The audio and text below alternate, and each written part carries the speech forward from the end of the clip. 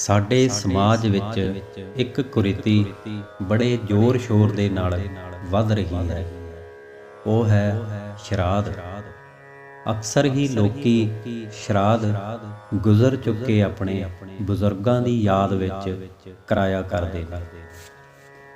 ਇਹ ਰੀਤ ਹੈ ਤਾਂ ਹਿੰਦੂਇਜ਼ਮ ਦੇ ਵਿੱਚ, ਪਰ ਸ਼ਾਇਦ ਸੰਗਤ ਦੀ ਰੰਗਤ ਨੇ ਸਿੱਖਾਂ ਉੱਪਰ ਵੀ ਇਤਨਾ ਪ੍ਰਭਾਵ ਪਾ ਦਿੱਤਾ ਹੈ। ਗੁਰੂ ਸਾਹਿਬ ਨੇ ਤਾਂ ਹਰੇਕ ਸਿੱਖ ਨੂੰ ਮਾਤਾ ਪਿਤਾ ਦੀ ਸੇਵਾ ਕਰਨ ਲਈ ਕਿਹਾ ਹੈ। ਮਾਂ ਵਿਚਾਰੀ ਪਾਣੀ ਤੋਂ ਤਰਸਦੀ ਮਰ ਗਈ, ਪਰ ਹੁਣ ਪੁੱਤਰ ਆਖੇ ਕਿ ਮੈਂ ਆਪਣੇ ਗਏ ਹੋਏ ਬਜ਼ੁਰਗਾਂ ਨੂੰ ਲੰਗਰ ਛਕਾਉਣਾ ਹੈ, ਸ਼ਰਾਧ ਕਰਨਾ ਹੈ ਉਹਨਾਂ ਦਾ, ਤਾਂ ਕੀ ਫਾਇਦਾ ਇਸ ਕੰਮ ਦਾ। ਕਬੀਰ ਸਾਹਿਬ ਜੀ ਨੇ ਵਚਨ ਉਚਾਰਨ ਕੀਤਾ ਕਿ ਜੀਵਤ ਪਿੱਤਰ ਨਾ ਮਾਨੇ ਕੋ, ਮੂਏ ਸ਼ਰਾਧ ਕਰਾਈ। ਇਹ ਤਾਂ ਨਾਨਕ ਅੱਗੇ ਸੋ ਮਿਲੈ, ਜੇ ਖੱਟੇ ਘਾਲੈ ਦੇ।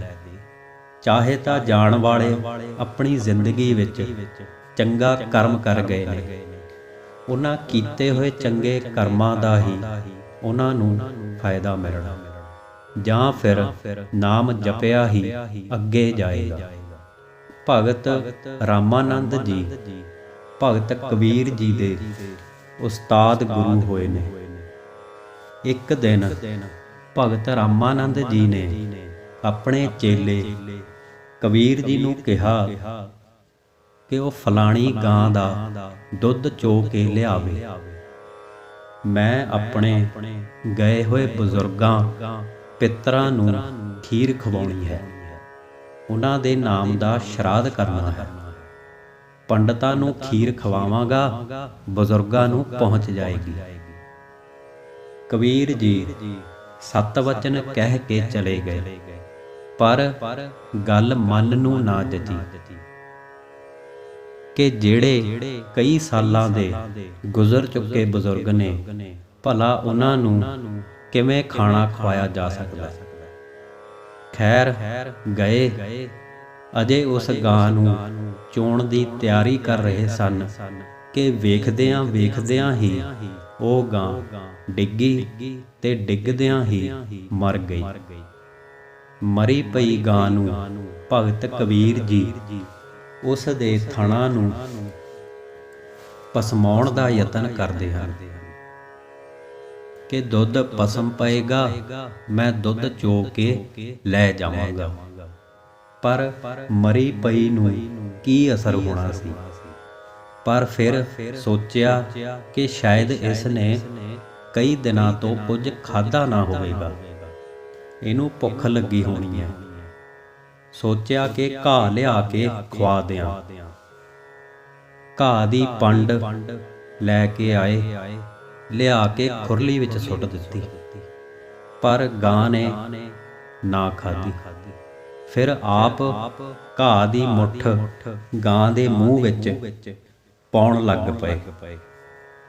ਇੰਨੇ ਨੂੰ ਭਗਤ ਰਾਮਾਨੰਦ ਨੇ ਆਪਣੇ ਸੇਵਕਾਂ ਨੂੰ ਕਿਹਾ ਕਿ ਜਾਓ ਕਬੀਰ ਨੂੰ ਬੁਲਾ ਕੇ ਲਿਆਓ। ਦੁੱਧ ਨਹੀਂ ਚੋ ਕੇ ਲਿਆਇਆ ਹਲੇ ਤੱਕ।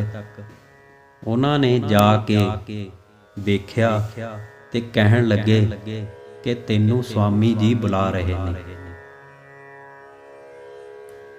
ਤੇ ਜਦੋਂ ਭਗਤ ਕਬੀਰ ਜੀ ਰਾਮਾਨੰਦ ਜੀ ਕੋਲ ਗਏ ਤਾਂ ਰਾਮਾਨੰਦ ਜੀ ਕਹਿਣ ਲੱਗੇ ਕਿ ਕੀ ਗੱਲ, ਤੂੰ ਹਾਲੇ ਤੱਕ ਦੁੱਧ ਨਹੀਂ ਚੋ ਕੇ ਲਿਆਇਆ। ਭਗਤ ਕਬੀਰ ਜੀ ਨੇ ਸਾਰੀ ਹਕੀਕਤ ਦੱਸੀ ਤਾਂ ਰਾਮਾਨੰਦ ਜੀ ਨੇ ਪੁੱਛਿਆ ਕਿ ਫਿਰ ਤੂੰ ਉਸ ਮਰੀ ਪਈ ਗਾਂ ਨੂੰ ਘਾਹ ਕਿਉਂ ਖਵਾ ਰਿਹਾ।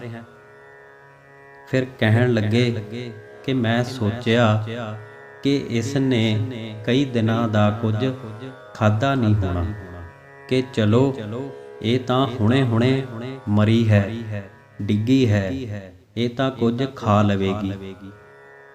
ਕਹਿਣ ਲੱਗੇ ਉਹ ਭਲਾ ਮਰੀ ਹੋਈ ਗਾਂ ਵੀ ਕੁਝ ਖਾ ਸਕਦੀ ਹੈ। ਤਾਂ ਕਬੀਰ ਜੀ ਕਹਿਣ ਲੱਗੇ ਕਿ ਇਹੀ ਤਾਂ ਮੈਂ ਸੋਚ ਰਿਹਾ ਕਿ ਜੇ ਹੁਣੇ ਮਰੀ ਗਾਂ ਘਾਹ ਨਹੀਂ ਖਾ ਸਕਦੀ ਤਾਂ ਕਈ ਸਾਲਾਂ ਦੇ ਗਏ ਤੁਹਾਡੇ ਬਜ਼ੁਰਗ, ਤੁਹਾਡੇ ਆਪਣੇ ਜਿਹੜੇ ਮਰ ਚੁੱਕੇ ਨੇ, ਉਹ ਭਲਾ ਸ਼ਰਾਧ ਕਿਵੇਂ ਖਾ ਸਕਦੇ ਨੇ।